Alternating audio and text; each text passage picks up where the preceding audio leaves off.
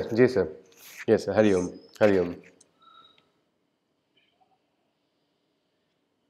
हरिओम। हरिओम जी, हरिओम, हरिओम जी.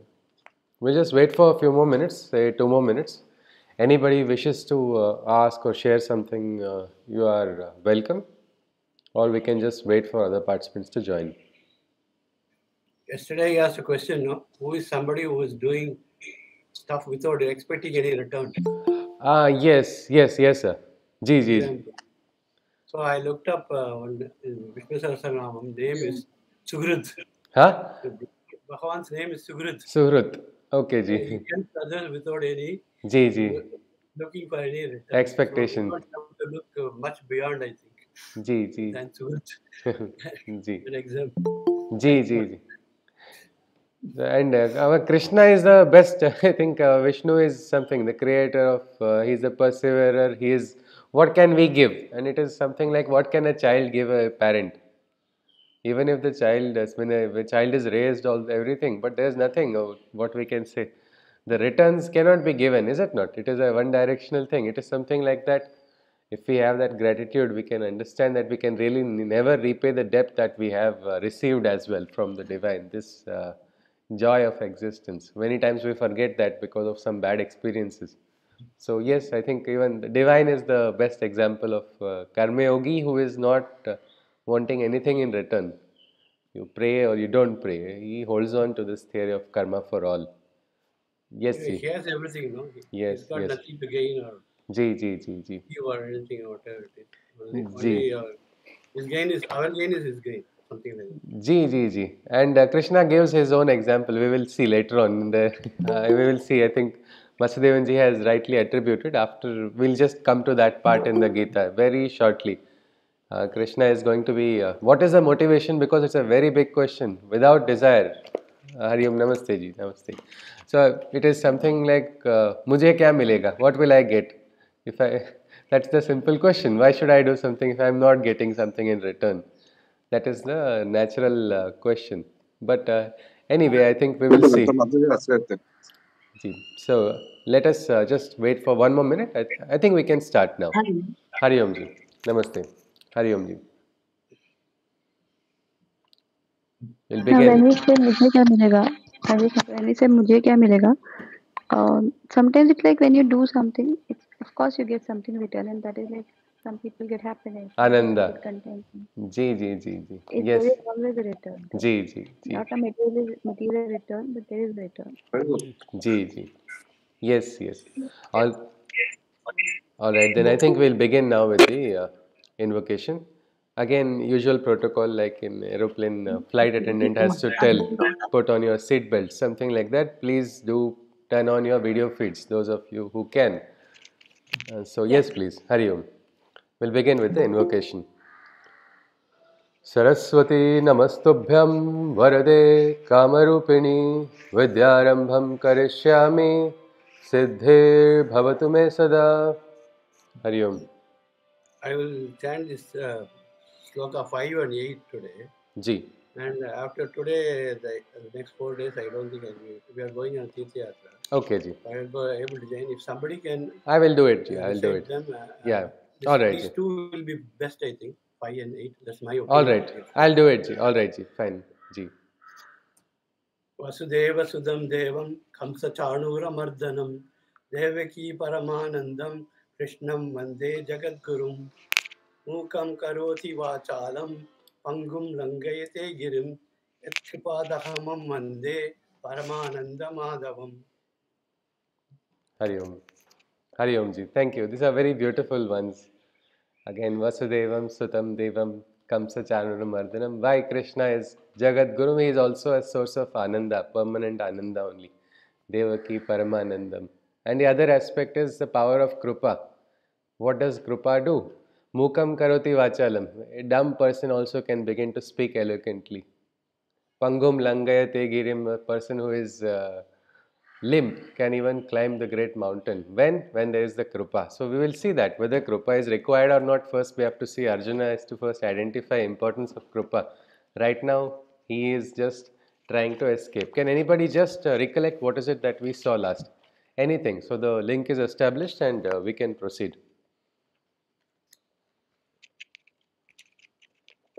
Yes, please. Anything from the last session. We stopped at a particular place. We have to take See, over. in the day before session, you said that Krishna was talking about immortality, about the Atma. But Ji. now when he saw that Arjuna is not getting convinced, he comes to the logic part. Like he was like, okay, you understand this language and tell him this language. So he's trying to tell him about the logic part of his thing. Ji.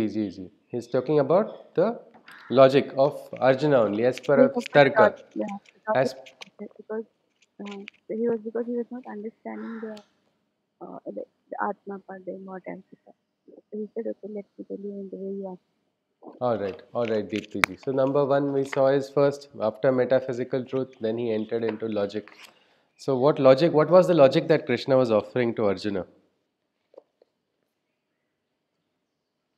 Was it understandable? Was it relatable? Or did he touch on something which was something different again in the logic? Because Krishna's aim right now is to pull Arjuna out of depression. Yes, please. What was it? So, may I say something? Ji. So Krishna says you have to follow your dharma. Ha. A Kshatri dharma is to fight. At Yuddha Bhumi mein, if you fight, you have both ways. If you win, you have a Ji. whole Rajya. Yes. And if you are Losing. killed by Yes. the enemy, then you will go to the Swarg. Swarg. Ji. So there is no thinking. Yes. This is the. So you follow your dharma. Ji. Then he says karmanyevadhikaraste. Ji. So you have to perform your work without thinking of the falka karma phal. And don't relate yourself any time to the karma phal. So Ji. So yes. So these two things These I two. remember. Yes, ji. So, and for this, I think we will just see a small illustration because many times, how can you, without karma phal, how can the karma be perfect is a big question. Can a karma become perfect if you are not aiming for the phala? So, yesterday we saw one example of an archer of how, so there's a small illustration. I'll just share the illustration on the screen so we can just have a look at it. And, Yes. Ji. Yeah, I think yes, we remember. Ji. Yeah. Yes, please. Can it visible on the screen? Can someone describe this? What do you see here?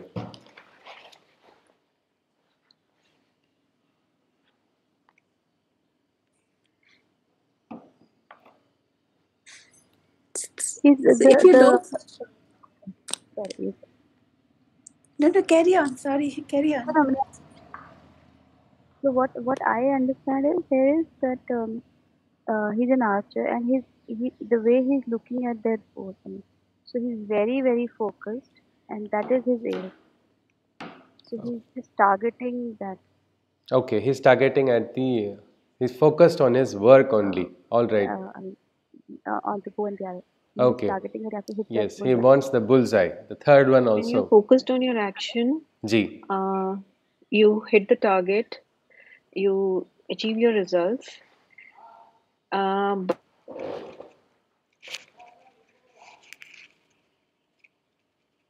you may just go haywire, you may get distracted. So I think it's like you get detached to the fruits of the Outcome. action. Yes. Just focus on the action and it will result in excellence no matter what. Okay. Yes, And Rakhi. as Poonam ma'am said, Ji. that, she just said that you just focus on your dharma. If you win, you get the whole Rajya. If you are killed, then also you get Swarg. So in either which way, you are achieving excellence. So, you are moving further in life. Ji. Yes, Rakhi ji. So somewhere about upholding the dharma of the moment also, identifying what is our dharma and holding on to it without worrying of the outcomes. Because if you see, there are two thought clouds. on top of this archer. One side is, will I get the podium finish? Now that is a big pressure. Will I get or will I not? Because everybody is competing for the same. If the focus is on the competition, then it is going to be a bigger pressure and unnecessary one, which is going to affect the action. The second is, will I miss everything? Now that is also a fear. Will I miss it? Will I completely miss? So this fear, these anxieties, so many times our emotions come in the way. These are, we will see later, these emotions are, sometimes emotions are good, sometimes they are very bad when they are not controlled. So sometimes we have to learn to keep them aside and focus on the task at hand. Even a doctor who is operating does not operate on his own family member. Main reason is this only. A protocol has been established. No, do not. Because no matter how skilled the Vaidya or doctor is, what happens is family members come into the picture, it changes the entire scenario. So something like that. So sometimes in rare cases, doctors have had to operate on their family members also. So how do they do it in those moments? It is when they keep their emotions aside. Otherwise, if they remember their moments with that individual, it becomes too much. A friend of mine is just a surgeon. He's just getting established now, and so he's in the UK. But he said we interact with patients, but he said we consciously make attempts not to be connected with the patient. We just shake our heads, we smile, but I don't engage in extra dialogues because if I get emotionally connected with the patient, it will affect me in my work. So that aspect, because he cares, it's not that he does not care, he cares a lot. But right now he feels the karma is more important, upholding the dharma is most important.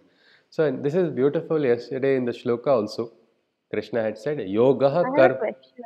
Yes, ji, I'll just I have come a to you. question. Yes, ji, yes, Deepti ji, I'll just come to you. Yes, ji. Okay. I'll just, yeah. So Krishna had said, Yogaha karmasu kaushalam. So this is yoga. Karmasu kaushalam, kaushalya in your works, meaning excellence in works. Sri Aurobindo also calls it perfection in works. My teacher also says perfection in work is spirituality. If you're not bringing perfection in your works, then you're not practicing spirituality, whatever work you are doing.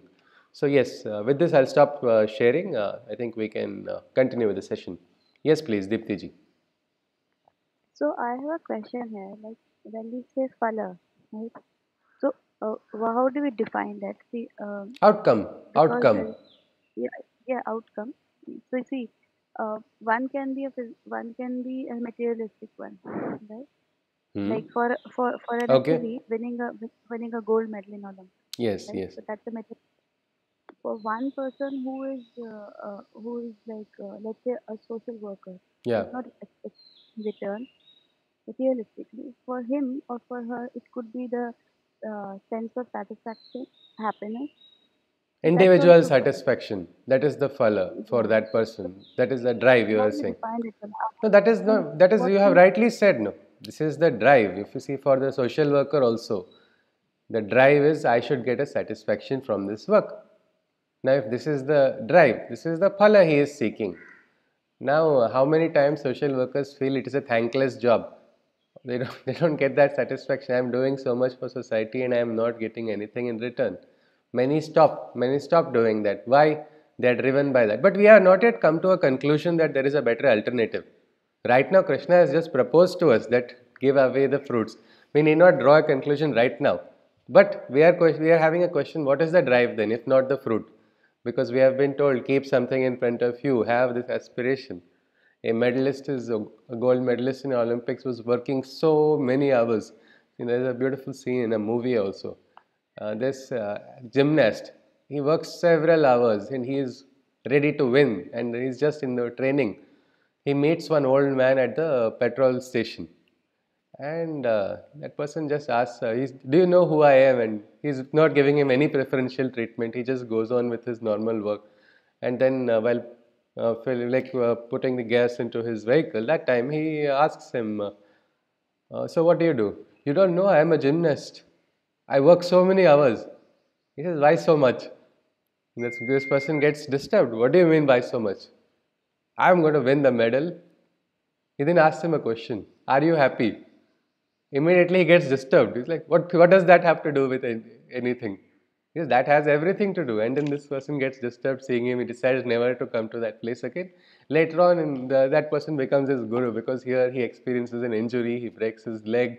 and then he forgets what is it. Is he doing everything for a piece of a shining medal, or there is something else? It is a sadhana of physical body as well as mind, and then that cultivation starts. So that's a kind of somewhere similar to principles of Gita, only we see there where a person understands. So this mam phaleshu kadachana is a big concept, something we have not been introduced in our system also. It is something which has actually been stamped out of our system. This was a Sanatan system. Everybody, there was a time when even the invaders, first thing they saw India, there are famous Macaulay's minutes. He says, I went through the length and breadth of the country. And I say, I could not, I found everybody's heads are high. We cannot rule over such a nation where everybody is free. So what do? We'll break the system only. We'll break the system. So suddenly Pandits and all the Gurukuls stopped receiving any support, and who could memorize a few things started becoming clerks, and they became very big people. They were taken on processions because they could memorize certain things in a particular language, and so Sanskrit started receding. So all of this to remove that system. But this was a part of Sanatan Dharma where we work without expectation. But now we have to see, we are exploring in a neutral way. We don't need to be biased even though we like Krishna. So let us see. Bhamaji wants to share something? Yes. Jimmy. In this shloka, the last part, Mate Sangosu Akarmani, is that relevant in this context? Yes. He's not doing anything Akarmani. Yeah. That is his dharma. Why did he say Mate Sangosu? That's a general because advice you will not get deviated. It's just when you are not driven by the fruits of actions, you won't be deviated from. When you are driven by, you are attached to that sangha of the fruits. When you are attached to the sangha of the fruits, what will happen is you will get deviated from your actions. Sometimes even the best actions can be lost because of the attachment to fruits. Because attachment is the problem. The sangha is the problem, Bamaji. Akarmani. We will have to see. We will see now what is karma, what is akarma, what is vikarma. All of it will come in the Gita later on. Right now, Krishna is just, we say, introducing. He's just showing a kind of like a representative comes and shares his card. There's no shake hand done yet. He's not explained everything about it. He's just introduced. He just introduced the concept of in karma yoga. This is not what you want. But now, as we understand, like we said, we are in the comforts of our homes right now. We are not in the battlefield. Arjuna has only one objective. I want Palayan only. He wants to run out of this battle. And Krishna is giving him high concept first of Atman. He is giving Brahma Vidya. Whether or not Arjuna wants it is a different question. Second, he is now talking about this selfless Karma Yoga, which is again something which Arjuna is not immediately interested. But while speaking about this, he says somebody who learns this, who is able to practice this, enters into a state of Samadhi. This word Samadhi is enough to prick the ears of Arjuna. Somewhere curiosity of a depressed person has suddenly awoken. He said, what? Samadhi? So let us now see, we will continue with the next shloka, which is the 54th shloka. What was it? What is this Samadhi that Krishna talked about? Let us see. Arjuna Uvacha. Because now we see Arjuna Uvacha. So long it's Krishna speaking, and suddenly Arjuna speaks because the word Samadhi has been told. Probably he also knows what Arjuna is. Krishna telling me to go to Himalaya and get a Samadhi. Will everybody come and do namaskars to me? What should I do? And suddenly he asks this question because Krishna's Samadhi seems to be much more dynamic. And what is he talking about? What is he implying? It's not something Arjuna understands. So he asks Arjuna Uvacha. स्थितप्रज्ञस्य का भाषा समाधिस्थस्य केशव स्थितधिः किं प्रभाषेत किमासीत व्रजेत किम. O Krishna, what is this state awakened? What are the indications and signs observed? How does such a person in Samadhi talk? How does he sit? How does he walk? So he's saying, how is this? This person in Samadhi, is he like human beings? Is he levitating? Or is he going to have two horns on his head? How is he going to be? He's very curious. How does this person in Samadhi? Does he sit? Does he walk? Does he talk like normal people? What is this state you're talking about? What is this Stita Prajna? What is this Bhasha of it? Come on, please tell me, is what he asks. Krishna replies, Shri Bhagavan Uvacha. Prajahati yada kaman sarvan partha manogatan atmanyevat tushtaha sita pragnyas tadochyate. Shri Krishna spoke, O Arjuna, when a person gives up all the desires that the mind conjures and aspires and is steadily immersed only in the self, such a person dwells in the state of the awakened self. So Krishna says this Samadhi can be understood when you understand that Atman present inside of you and you are able to dwell on that Atman, letting go of your outer desires which are making you, disturbed and running around in different places. He says when you can focus on that, the mind has that job of conjuring up desires one after the other, and it is a never-ending list. And how is the mind? It goes across the world. I mean, you don't have to. It doesn't take a minute to travel. It travels everywhere.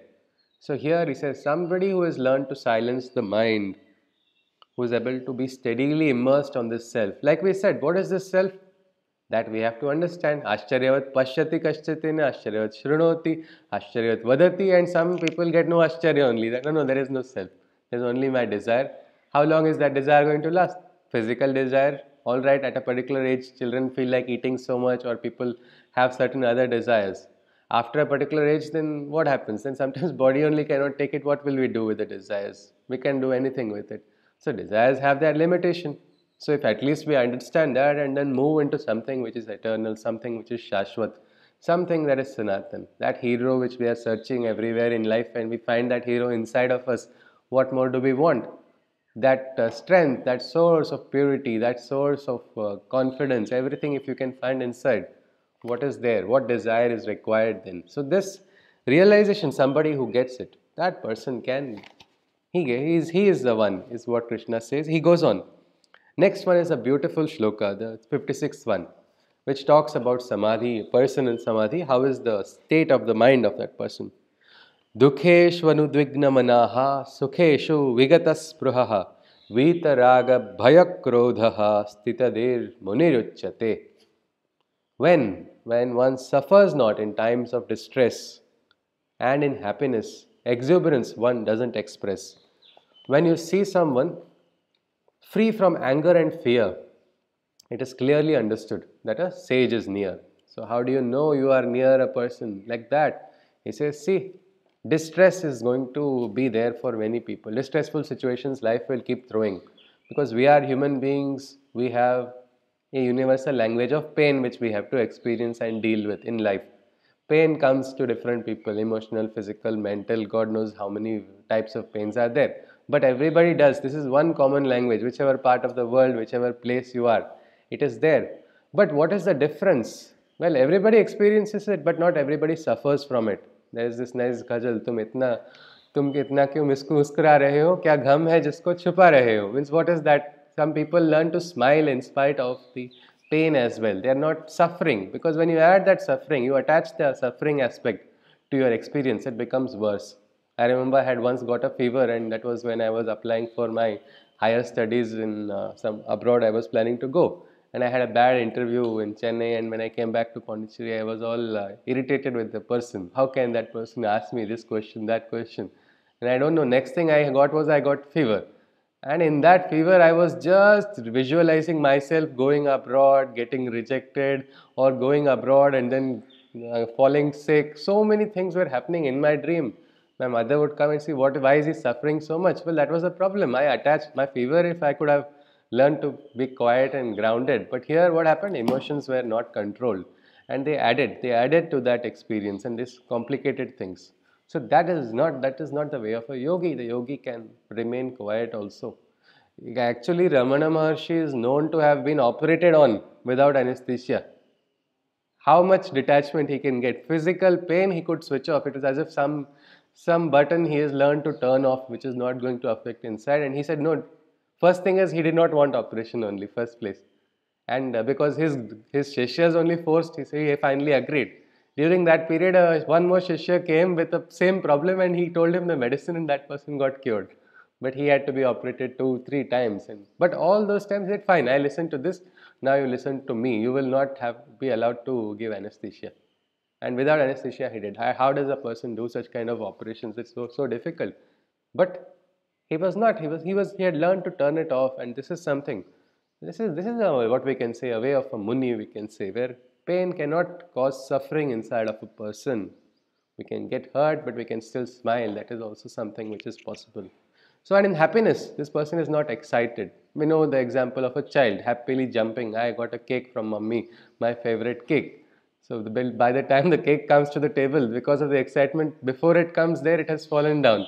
So all the happiness, because it was not contained, it was not experienced. Or sometimes children eat too fast.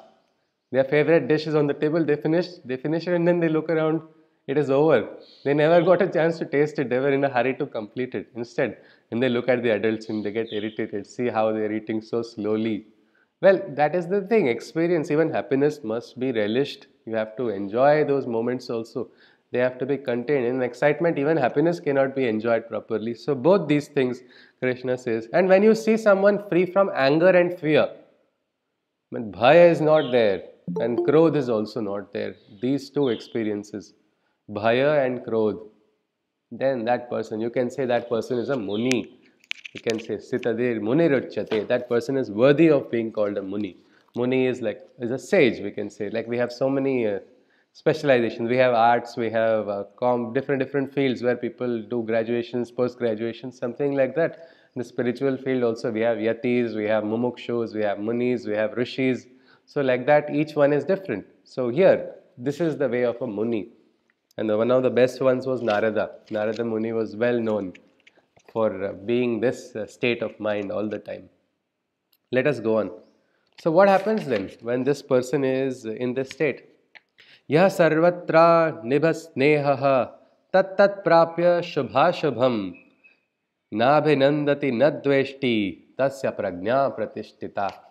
So, such a person who is thus detached to neither virtue nor sin is he attached.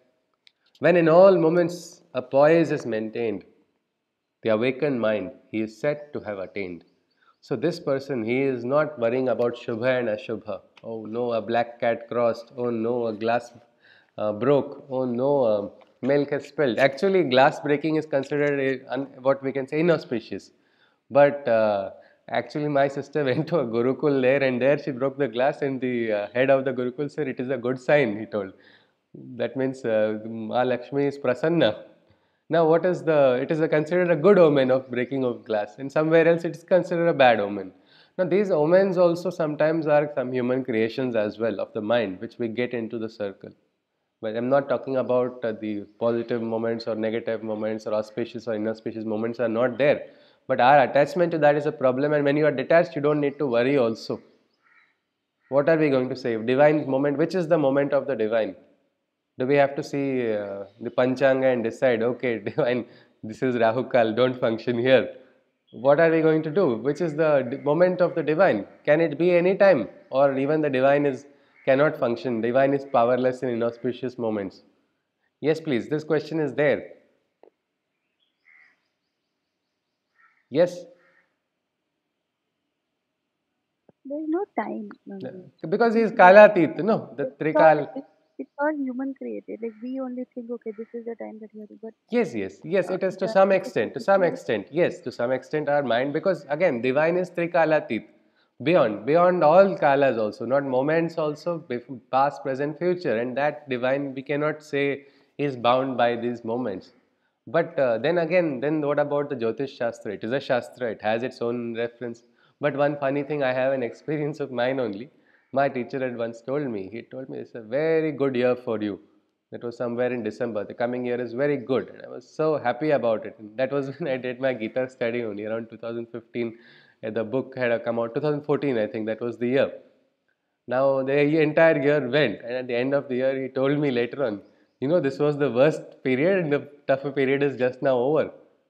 And I said, but you told me it was the best period. And he said, no, if I told you it was a bad period, you would have been more worried and you would be focusing only on that. So I did not tell you.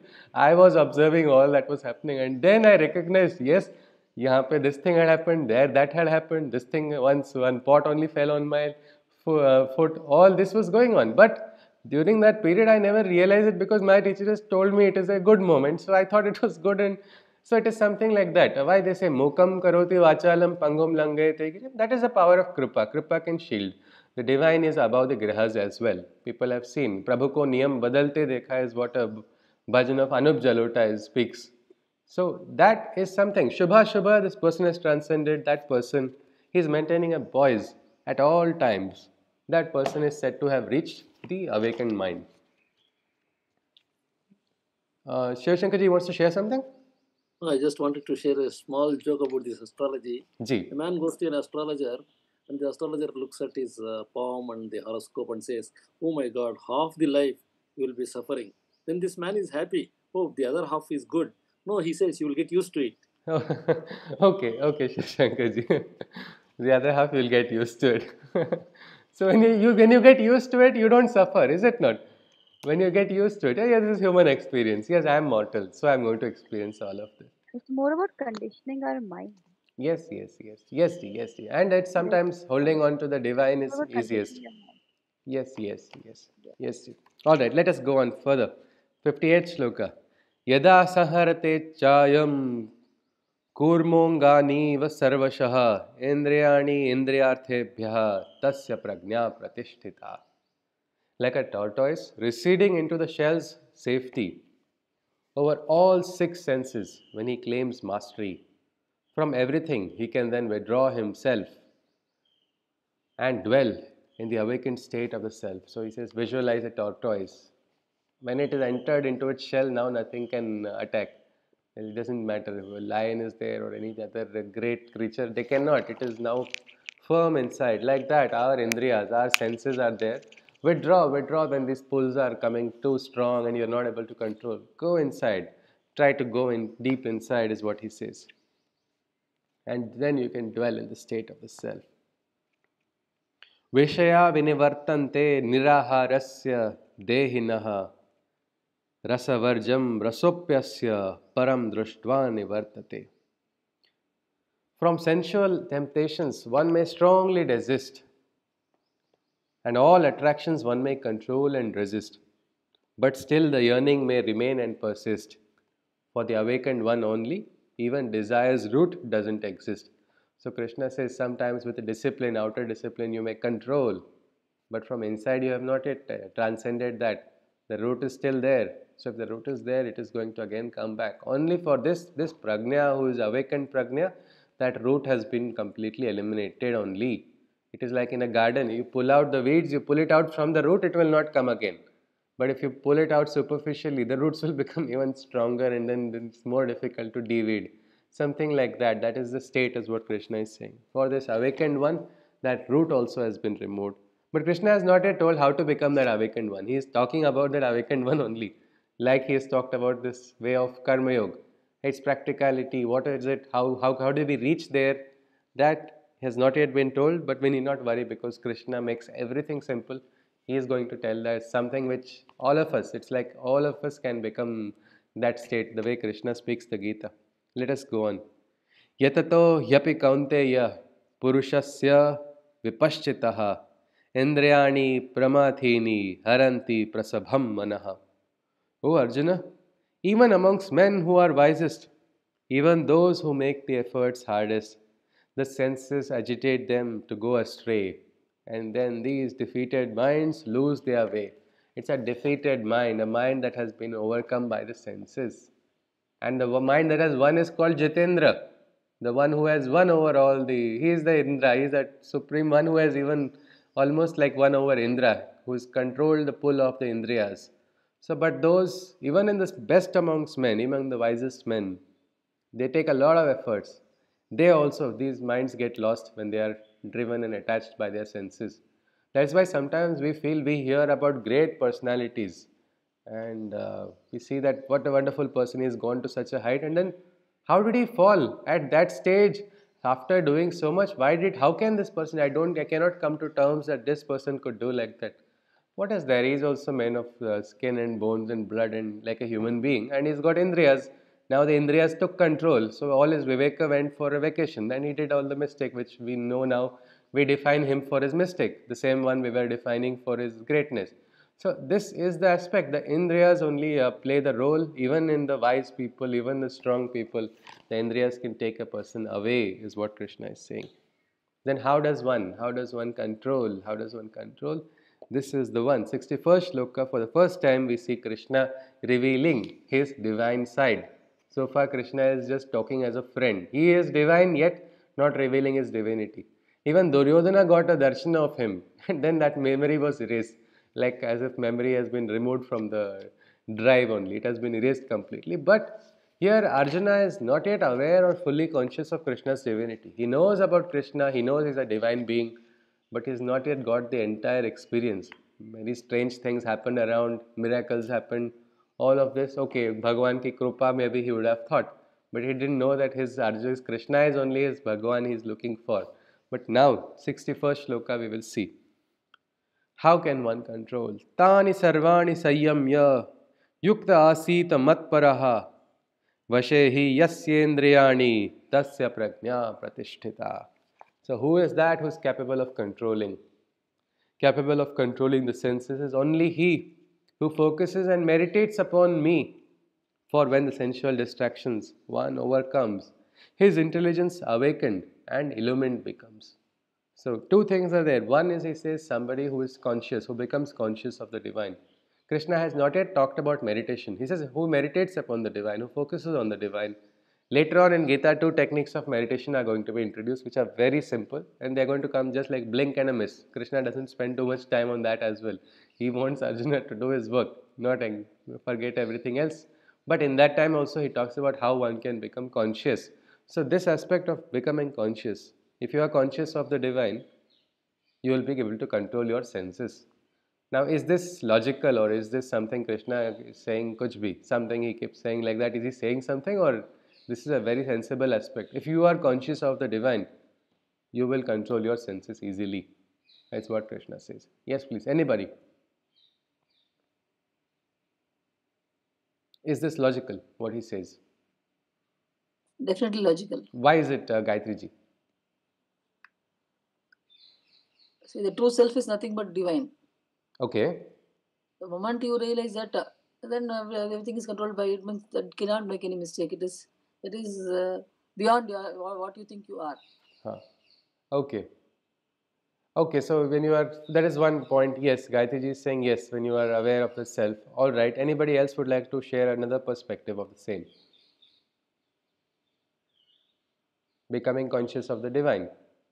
How it is going to prevent a person from maybe doing wrong things or getting driven by the indriyas.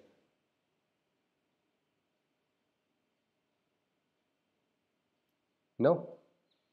All right, then maybe, yeah, It okay. is like Ji, Rakhi you ji. don't, there are, you are driven by desires, and it's like you don't suppress them. You enjoy them under the supervision of your intellect. So it's like you enjoy the world, you enjoy the senses, but in a contained manner. Rakhi ji, but how do we know? Because now we are talking about individual perspective, and we have not yet reached to that divine perspective of ours. So we do not know. At times, indriyas are making us. Is it the divine will, or is it my individual will? Is a big question. So how do we know when we are conscious of the divine? That means, could it be becoming conscious of a supreme force, or how does that help? If there is some higher force which is watching or knowing, there is a supracosmic entity which is connected. I don't want to lower my consciousness. Is that feeling, can it come? If you know somebody is watching you, It's all within. it's all I within. mean, yes, it Okay. is all within. We don't need scriptures. We don't need, actually, I mean, it's like, since we are ignorant, we do need them, but all the divinity is within. Ji, ji, ji. That all the knowledge is within. Okay, all right, ji. It is Okay. just that because we are unaware of it, because of so many distractions, because we Yes. are guided by our sense organs so much. So I believe, Okay, ji. Ji, ji. you know, Yes, ji. Yes, Rakhi. that's This how. is good for, we can say, a mind which is slightly advanced to some extent, which is able to become conscious. Like we saw young Shankaracharya. Who are you? Chidananda Rupaha Shivoham Shivoham. He answers to his guru only. He does not know he's being asked by his guru this question. And that person he recognizes. But the beautiful Name Mrityu Shanka Name Jati Bheda Pita Naivan Me Naiva Mata Najan Bandhur Namitram Guru Naiva Shishya. He goes on. So this aspect is there. But not everybody goes to that state. So, and for that state, you need to rise in that consciousness. And when desires are functioning very strongly, then this consciousness is very difficult to reach. For somebody who is having a higher mind, it's easier to quickly jump into that state. But what to do? And something like that, I think one example I can think of now, I'm in the factory. So, here one very nice thing happened in the factory. After CCTV cameras were installed, we did not put any pressure on anybody. We did not say anything. Only I just said, Aya is watching. Aya is watching from the CCTV camera, and I added one a little bit that even audio is being recorded in CCTV. That's all I told him. Our production improved so much. It is not that they are all afraid and we give them punishments or anything like that. But now, no, Aya can be watching anytime, and once in a while, our founder also would always call and what are you doing? What's up? What is the work going on here?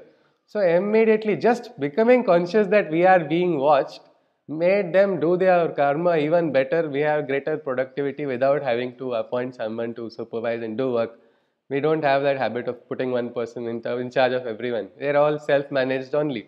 But this aspect, otherwise we know some of them would take rest. We were told from the neighbors that one person was not doing any work. All this would happen.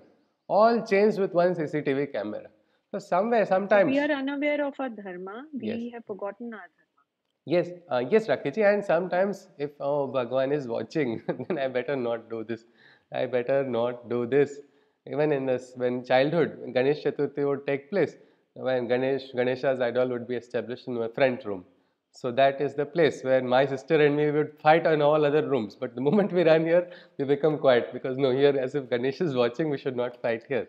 So these pulls of the Indriyas, if sometimes you are not able to control, yes, Diptiji, I'll just come to you.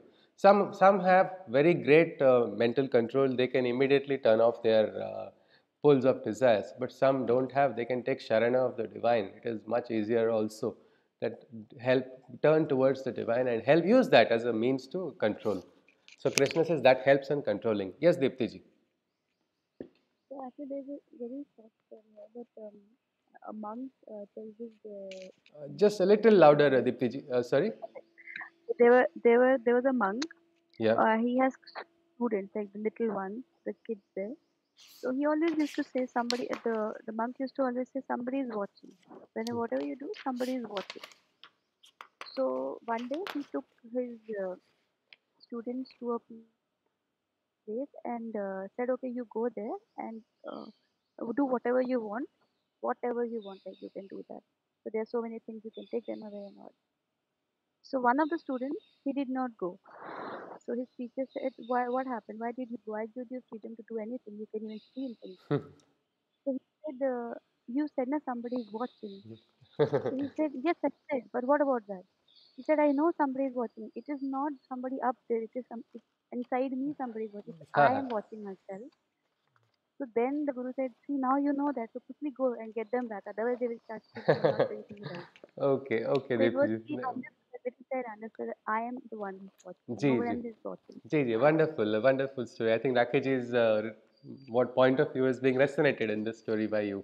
Yes, Depti Yeah. ji. So let us continue. So this is it. When one first part is this, somebody who can control his senses easily. If he knows, he becomes conscious. He becomes conscious of that. Somebody who is always angry. No, I am not this type of person. If that person becomes conscious, he'll stop becoming angry and cranky also. If that person becomes conscious. So becoming conscious is one thing, one way of controlling senses. Second, what happens because of controlling senses? Well, here Krishna is talking about something. Prajna becomes awakened. What is the awakening of Prajna symbolic with, or what is the meaning of this awakening of Prajna? It is where you are going to reach to a higher state from just what we say logical mind, Tarka Vidya, Vad, Prativad. There is no higher. When will the inner dialogue start? Only the dialogue of the tongue is taking place now.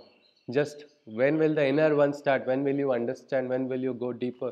These questions happen when the mind reaches to a next state. Third Adhyaya we will see in the last part. What are these states? Gita talks about some states as well.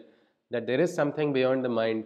That illumined state beyond the mind can be reached by controlling the indriyas. If you are lost in the realm of the indriyas, you are lost in the realm of the senses, you can never enter into that kingdom. That is also one thing Krishna says. Now let's look at the next one, the second, next 60-second shloka. Dhyayato Vishayan Punsaha Sangastesho Upajayate Sangat Sanjayate Kamaha Kamat Krodho Bijayate. A psychologist will see this and say this is theory of emotions. Long before the theory of emotions was established only. It says here, those intellectuals who over subjects contemplate, attached to those subjects, lost they become. And in their attachment, they are by desire overcome. And by desires within themselves, anger they generate. So first, attachment. So you like a subject, it's good, but you get so attached. There are researchers who start fudging data to show that their results are true because they are already attached. Basic thing about doing a research is to become biased. Your hypothesis has to be proposed which is going to be neutral. There should be no bias, and then you expert. Sometimes if I want to say this is good, I'll have to start off by saying it's not good and then subject it to test and then prove that it is good. So this aspect of bias takes place because of attachment to the subjects. Sometimes a very nice, interesting topic gets into the mind of a person, and then that person becomes so attached to the that topic, the person forgets ethics, the person forgets everything else because of the attachment. The truth is somewhere it's not so important as much as the attachment. So this is the aspect what happens. First, even the intellectuals, the wise ones also, they get attached to their subjects. What happens then? They become lost in their subjects, and then in their attachment. What happens further? Well, they get desires, more desires. I got one recommendation, one citation. I need to have 100 citations. Then I need to get award. I need to become best researcher. I need to become the best person. I need to get this. I need to get that. So they are lost in that desire. My question is, when does desire get over? When is the desire going to get over? For people who get attached to desire, it becomes like a vicious circle. It is never over, is it not? So first it's like one promotion, I want to become the head of the entire institution. And if that also happens, I'm at head of institution, but I'm not head of the house. I should become head of house. Everybody should acknowledge me in both places also. Then in society also, it goes on. And what happens is some desires don't finish, and new desires keep coming again and again. What happens when desire is not fulfilled? What happens when desire is not fulfilled? What kind of emotion comes in? Disappointed and Anger. depressed. Okay, anger. Shiva Shankar ji is saying anger. Yes, disappointment, depression, all of that is there. That is the next stage. But first, Loss of frustration. power, like Yes, frustration, loss of yeah, power, like the feeling of yes. losing that power, control. You're losing it. It is coming out of That's my hand. Relations are going out of my hand, so people get frustrated. Because this is the thing. Desires keep on just multiplying and magnifying, and it is something like you said, vicious circle. Yes, it is the vicious circle, and when it is not fulfilled, then there is anger. Then what happens in anger? Next shloka. It's just a continuation. It's just a cycle. It is very beautifully analyzed by Krishna. Krodhat bhavati sammoha sammohat smriti vibhramaha smriti bhranshat buddhinasho buddhinashat pranashyati vinashakale viparita buddhi is said. What is the meaning of that? This is the thing, exactly what happens in this wrong time. And in anger, they become hoodwinked by delusion. So what's going to happen? In anger, I can see only my anger. I cannot see anything. One staff has come to me, asked for permission, and if I want to not come for work tomorrow, and I forget it, and yes, this permission is not asked, and so I get next day something happens. That time my mood was all right, so I'm driven by my moods. Next day while working, why is this person not here? And it's a very sensitive issue. The permission has been asked specifically because of the sensitive issue. But here I am angry because some work is not done, and this person, under this person's supervision, it was to be done. I just dial the phone and start screaming, "What is this? Or you're missing at the most important time." But I had asked for permission. What permission? I don't remember anything. I had only given the permission. So what happens? I fall in stature from the standard of even the employee also will, what kind of person is it?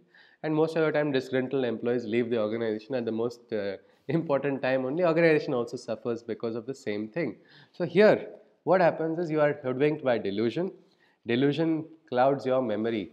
This smriti is lost because in anger you cannot remember. Oh, I forgot Well, you will never remember. When you are angry, your Vivek Buddhi is gone on vacation. It will not remind you anything. You will never remember what is right, what is wrong, what happened, what not. Normally, in moments of anger, anger takes control of the individual. You cannot think right. So, it is best never to take decisions in a fit of emotions, because the emotions, most decisions taken in emotions are mostly wrong decisions. So, here Krishna says memory is now clouded. What happens then when memory is clouded? In this forgetfulness, their wisdom is destroyed. Buddhi is going to go. Vivek Buddhi is bye bye, vacation only. Unknown for how long. As long as anger is there, Vivek Buddhi will say, I don't want to stay in this place. This is not a very conducive place to be. And what happens when Vivek Buddhi is gone? Individual is destroyed. That is why they say this Viparit Buddhi brings about worst destruction of an individual. And this loss of wisdom furthers their annihilation. The person is destroyed. So this is again anger. Anger is what is creating desire and anger. These are the two aspects which we will see later also in the Gita. 64th one, Raga Dvesha Vimuktaistu Vishayan Indriyaischaran Viyuktaistu Atmavashyaihi Vidheyatma Prasadam Adhigachati. But what happens to that person? That Jitendra, he is going to get prasad. What prasad he is going to get because of controlling his senses? At many times we would go to temple not for the darshana but for the prasad. When we were young, we knew that this place we get wonderful prasad. Or this festival is coming, though I will get this laddu. More than the pranam, while doing namaskars to the Bhagwan, it will be yes, when is that laddu going to come? So this prasad is also there for somebody who is going to control the indriyas. What is this? Let us see. When one bereft of hatred and desires lives, and no authority to his senses he gives, that champion who reigns in attraction is blessed with the awakened self-satisfaction. The awakening of prajna itself brings a satisfaction.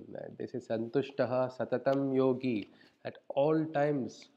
This is santosha eva purushasya param nidhanam. This is the ultimate thing which we want. Everybody wants to be happy, only we don't know how. So we go in different ways, and then there's the problem. You go after it, it will not come to you. But you stay in one place, you will see it is with you only all the time. You were not looking at it. So this is the state of somebody who is free of hatred. He's not having hatred for anybody. Even the wrong, you do not appreciate the wrong, don't like the wrong at all. You're not asked to accept the wrong. But don't have hatred, because that hatred is going to destroy your wisdom. You want to defeat somebody who is wrong, who is on the side of adharma, don't have hatred for that adharmic person also. Because your Vivek Buddhi will go and adharmic person will win when your Vivek is gone. So, without hatred for anybody, without desires also, if you are not giving too much authority to the senses, that person is a champion, is what Krishna says, and he gets that prasada only. That happiness comes as a consequence of that person's sadhana only.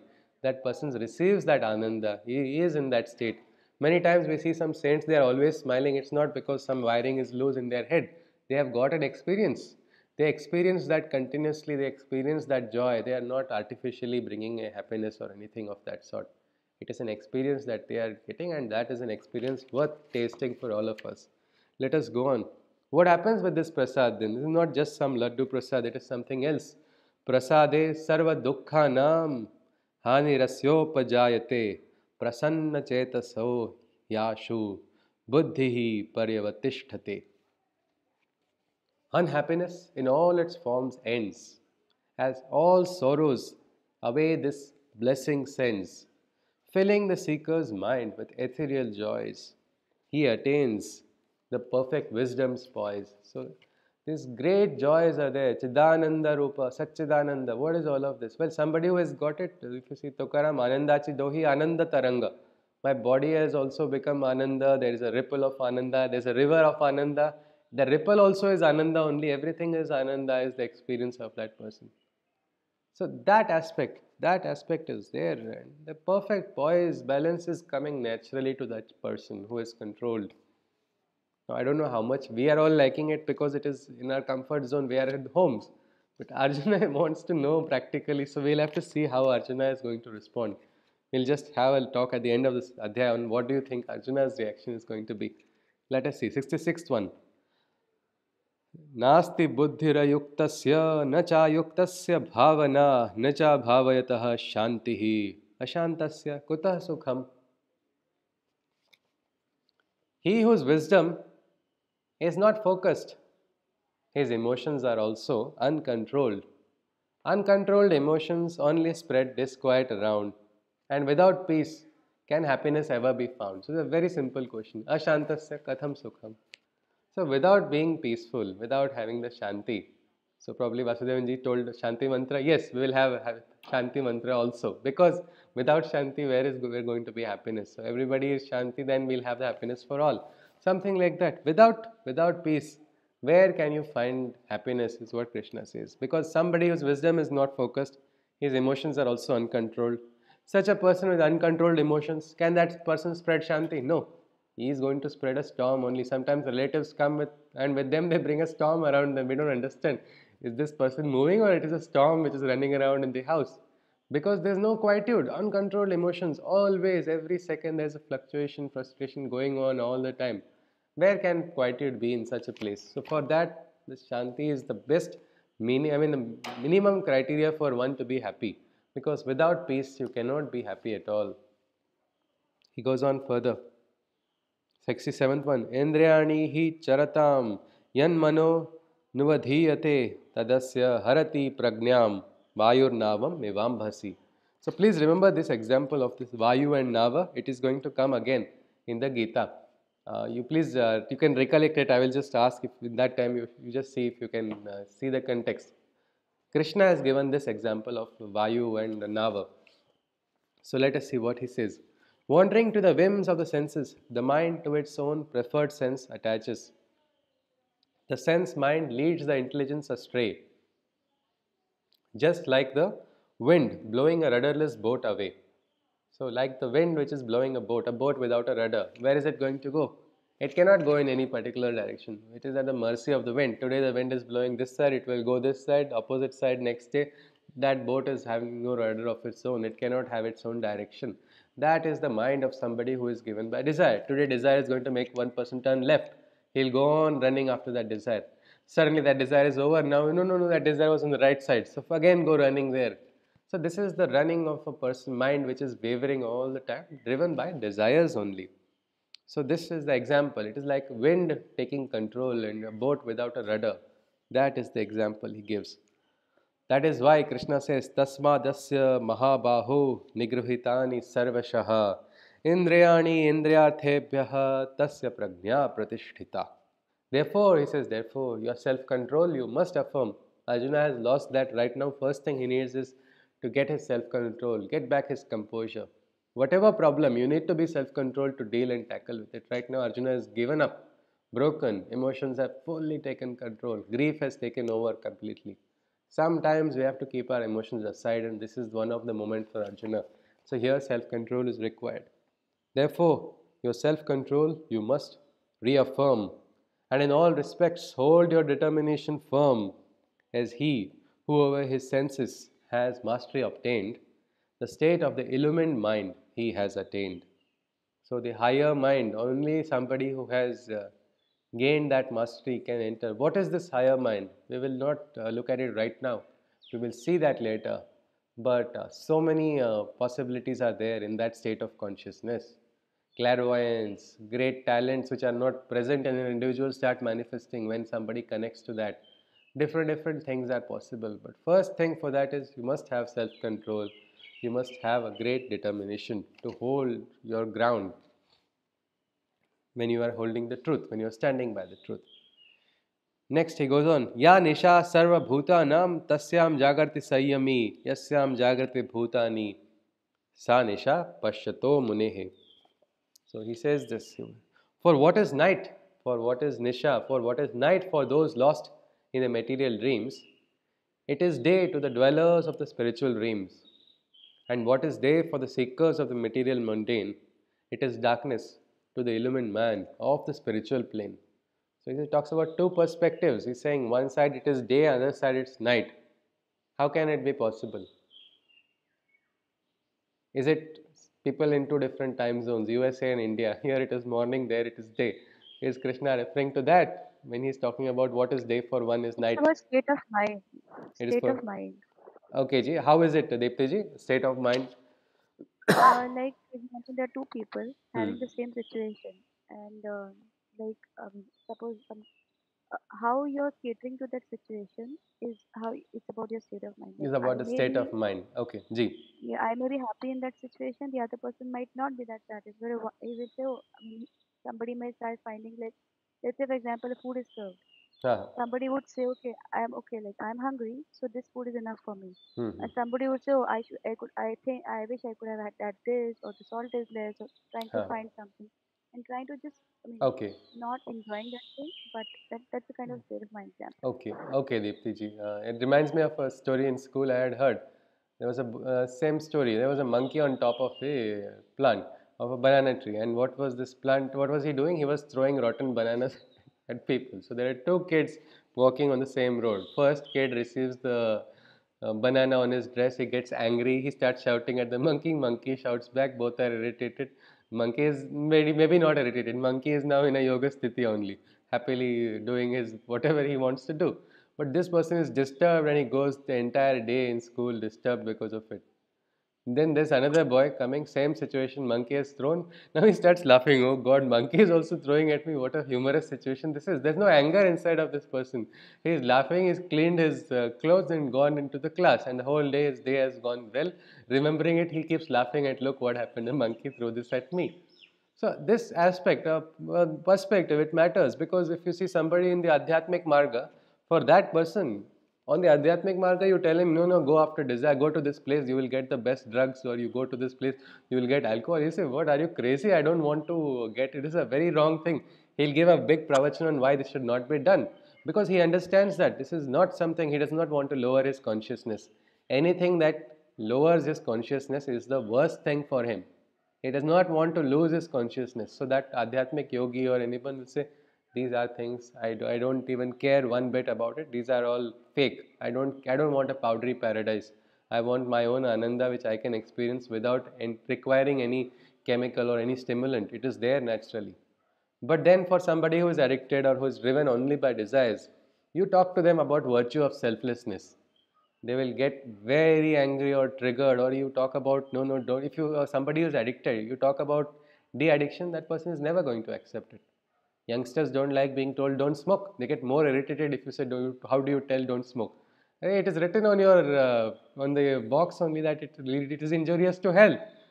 But no, they don't want anybody to tell that to you because that is their mindset of what is day and what is night.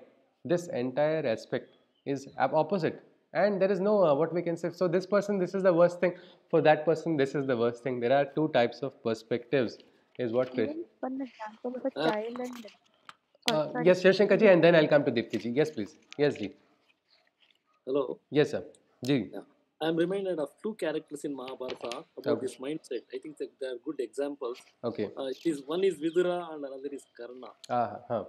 See, irrespective of the circumstances, Vidura was never. Ha, ha. He had his mindset.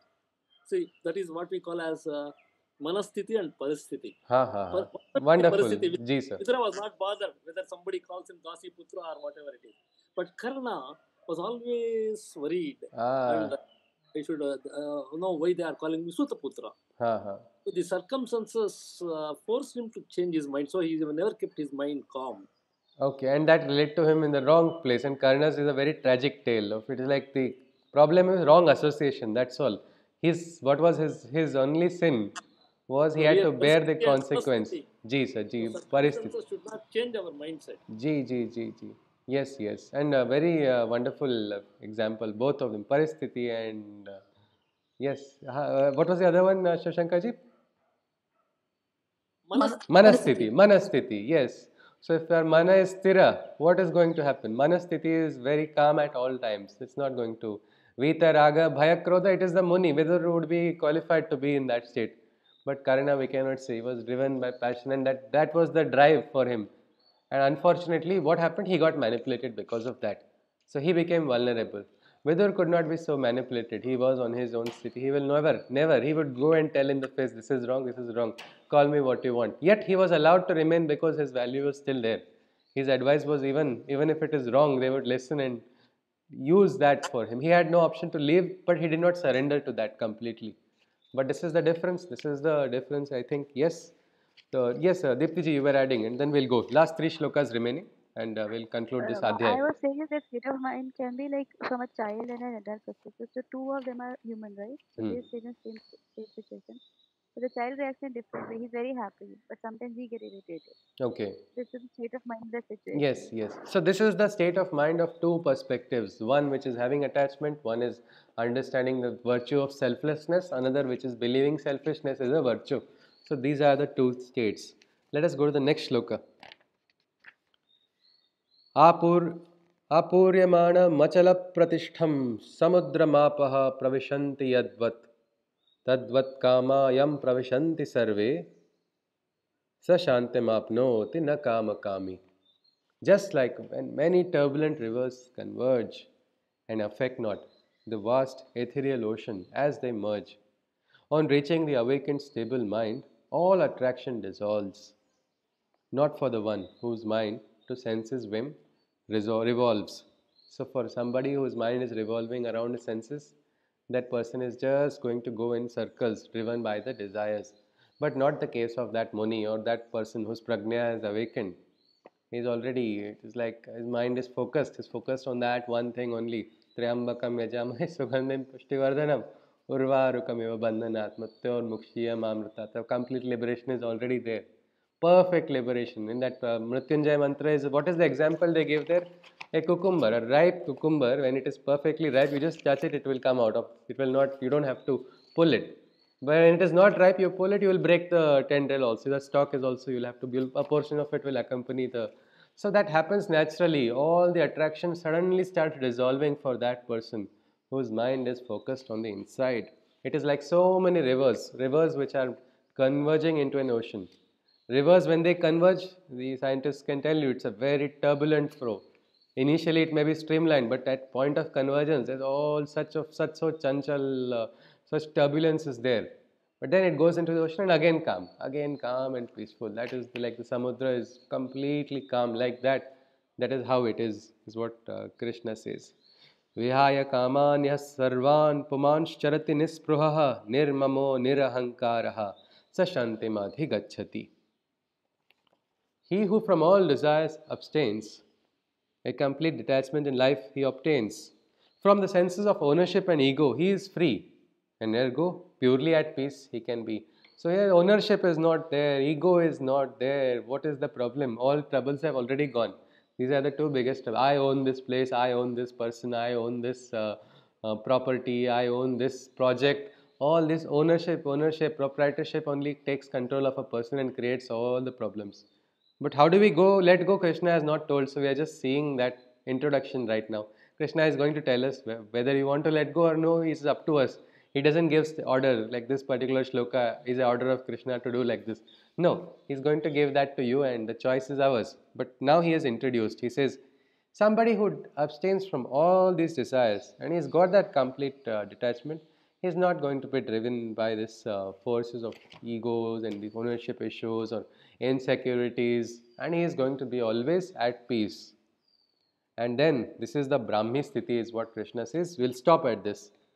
Esha Brahmi Sthiti Partha Nainam Prapya Vimuhyati Sitvasyan Mantakalepi Brahma Nirvana Mruchati. So this Brahma Nirvana is also can be realized. Sometimes we think these are all very, very big terms. It's not possible for anybody or anything like that. But Krishna suddenly says, if you can do this, you can even get that Brahma Nirvana. This is the Brahmi Sthiti is what he's saying in that state of mind. Oh Arjuna, in this conscious state awakened, the veil of illusion is forever lifted. If this state up to the time of death is sustained, a merger with the infinite is then attained. So Krishna says, in this conscious state, this veil of illusion, there is something. We will hear about Maya later on. But there is one veil of illusion. We don't know what's happening at times, and we are under a trap of some kind of a mirage of things. We don't see things happening. So this mirage breaks. You don't go running after a mirage, thirsty for water, and you go after a perceived oasis only to find there is no oasis. How troublesome it is. That is the run of desire. We don't realize it. But when you realize this, he says that veil is also lifted And if this is sustained even until the last minute, if it is sustained, you can get a merger with the Supreme. What Buddha got nirvana, probably the same nirvana is possible for everyone as well. It is possible is what Krishna is saying. But what is this that Krishna wants? Is Krishna wanting Arjuna to now become an some kind of muni? We don't know. No, we don't know that. We'll have a small discussion after the Shanti mantra. After that, what do you think of this perspective, Arjuna? We can see and then we'll conclude. Hari Om. So this Adhyaya is over. Tomorrow we'll start what is the third Adhyaya. Hari Om. Sarve bhavantu sukhinah, sarve santu niramayah, sarve bhadrani parsyantu, ma kasyit dukkha bhag bhavet. Hari Om Tatsat. Krishnam Manti Jagadguru. Om Shanti Shanti. Hari Om. Yes, please. So the question is, all this is good. It is nice. But what do you think of poor Arjuna right now? Brahmistiti, Nirvana, what does he want? Is he going to agree to it? Or what do you think would be Arjuna's reaction? Yes, please. Anybody? He's still in the confused state, so Yes. I don't think he'll agree immediately. So he's still in confused state. So then what Krishna was saying so much, what do you think he would have grasped out of this? On a scale of 10, what would you give Arjuna, Gayatri ji? We are just, of course, it's a lighter 4. way. 4. 4 out of 10. Okay. So I think very strict teacher is there here. Gayatri ji is given 4 to Arjuna. Anybody wants to add or reduce for Arjuna? He is attending this, so we can give him the pass because he has listened to all of it. He is not run away. Anybody? Yes, No, please. we are all in his state only, so I guess I that's think the way I am thinking. Ji, no, I'm not. I was just saying in a lighter way, of course. But I Ji, understand. Ji, Ji, Ji, The grading I gave only on my Ji, basis. That Ji, Ji, Ji. maybe true or may not Ji. be true. No, I'm no, only it in is that fine. state. We are going to give one. I mean, I think I have a doubt about Arjuna right now. Ji. Okay. See, as we said that we are sitting in the comfort of our house and we are listening to what Krishna is telling. But Arjuna being in the battlefield, he would be thinking that, oh, I wanted to, like, he was thinking to say, well, run. मुद्दे Now I पर have कब come आएगा? Yeah. and now I have come to Krishna for a rescue, and he's just giving me all this Ji. logic. Yeah. I don't know any, like, if suppose we are in a situation of chaos in our head, if somebody is trying to give me logic or somebody is trying to tell me beyond logic things, I will be confused, like, why? What do Yeah. I do? What are you trying to say? What Yes. do I do about it? Okay. So Give me a that's solution right away. what is the solution to me right now? You are talking about something and irrelevant. Okay, Deepti ji. Yes, please. I have one more thing to say. Ji. Is like when we are talking about state of peace. So I read somewhere that we always think that when we have to meditate, or I am in a disturbed state of mind, so let me sit and meditate. Hmm. You don't meditate when you're in a chaotic situation. You meditate. Meditation is when you're in a peace. So You it should be meditate. okay. So we should meditate more often, even in peaceful times. Is it not? Yeah, so Ji. it's All not right. Ji. so because then you have to have the tendency, right? So I am Okay, not Ji. feeling good. Let me sit and meditate. Okay, Ji. So our mind should also be in that state of peace to attain, I mean, to absorb things, because that itself is a meditation. Ji, Ji, Ji. All right, Ji. Okay, Deepti ji. Can I add? Yes, please. Yes, please. Yes, Usha ji. Yes, please. Arjuna believes that Krishna will give him the insight into how to handle the situation. He's very confident about that. That's why he is spending all that time listening to what Krishna is saying. Yeah. Okay. But nevertheless, he still is not convinced at this point that this is really possible. Mm-hmm. And so he is not going to grab it. Yes, please. He's not, he is not totally convinced because Krishna had told him what is the ideal scenario, and he's presenting cases where you enter into this state, you be in this state, then you can handle things with equanimity in a balanced position. But he's still not convinced because he's in a situation where he has to be a performer. Ji. He's in the war zone. And when you talk about ideals, how are these possible at this Are they point in practical? time? Are they practical? Yeah. Ji, He's ji. not totally convinced Okay, about. Usha ji, then one small question. Do you think there is a contradiction in what Krishna is saying anywhere, or there was no contradiction anywhere? From the point of Arjuna's understanding, I think he is not convinced, and that's why Krishna is trying to give him various examples, and he's trying to Okay. show him different perspectives. Like, this is how it can be, this is how it has to be. If you follow this, you will attain a state where you can handle situations in a better way. No, but do you think, according to Arjuna's POV, it is he contradicting? Is Krishna contradicting himself here, or what do you think? Because we are just looking at Arjuna's point of view right now, and even if you want, you can also share on a scale of 10. What do you think? How much has been grasped by Arjuna? What Krishna He has said? has, I think he, until this point, he has not grasped anything. Anything. Because he still is So, confused. so from He 4 is to completely 0. confused because he is in a state where he is still Ji. understanding what Krishna is trying to say. Ji. So then Gayatri ji's score of 4 was generous, probably. We'll make it Yeah, 0. according to Okay. me, yes. Because Okay. anybody who has these I will like questions initially, if somebody tells them to do something which is very ideal, they will not understand how to implement that practically. Nisha and what day, no? Day and night. That example, it is like that. Right now, Arjuna is seeing night and Krishna is calling it day. Exactly. Ji. Yes. So his understanding All has right, ji. to be enhanced, and Krishna is always trying to do that as a Yes. psychologist. He's trying to help him understand Ji. how to really bring that into practice. Okay, ji. Yes, And you. yeah, thanks. Ji. Thank you, ji. I'll come to Shivshankar ji and then to Dipti ji. Yes, please. Shivshankar ji, yes. No, nothing. I just wanted to tell that Gayatri ji came to the fore, F-O-R-E, Huh. not this called F-O-U-R. Okay. Oh, 4. Okay. Yes, that's nice. Ji. Yes, please. Yes, Deepti ji. You were adding. We'll probably after I that want to add conclude. on to what Yes. Usha said. Yeah. It is like Arjuna is basically in a state like suppose if he is in the battlefield and it's like suppose the child is crying and you're trying to make the child understand. So it's like that. Like he will not. The child doesn't understand all logic that we give, and so he's in that state of mind according to me. That Ji. he's not All right. understanding like how So much you power are. like What is the rating you are giving to Arjuna? This is of course just off the Arjuna record. is not Session is over. understanding. He's in a confused state. So He's in a confused state. you are going to agree with Usha ji. The Usha ji is saying Yeah, he's in a right now. confused. So I'm just relating it with a child. Like if my son cries, if I try to give him all the tark, so you should not do it. It's okay. Calm down. Calm down.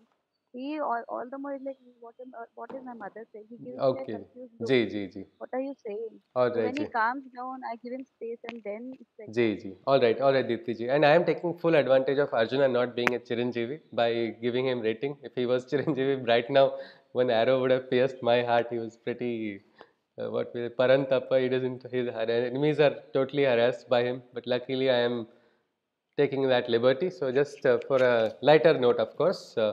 So let us see now next adhyaya, third adhyaya, because somewhere we will see this is like Krishna is talking about material action of karma yoga, and other side is talking about spiritual. Many times these are like two worlds. Don't talk about spirituality. Don't talk about this is one side. The person in the material world talks about it, and the person in the spiritual world says no, don't talk about this material things. I am not interested. But are these two different worlds, or is there these worlds are actually coexisting, or are they one world only? Can material and spiritual world, that divide between the two, can that be erased? Well, that is something which we'll see in the third adhyaya. With that, we'll conclude today's session. Looking forward tomorrow. Hari Om. Hare Krishna. Hari Om. Hari Om. Hari Om. Hari Om.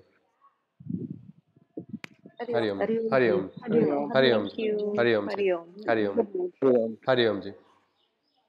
Mm. Hari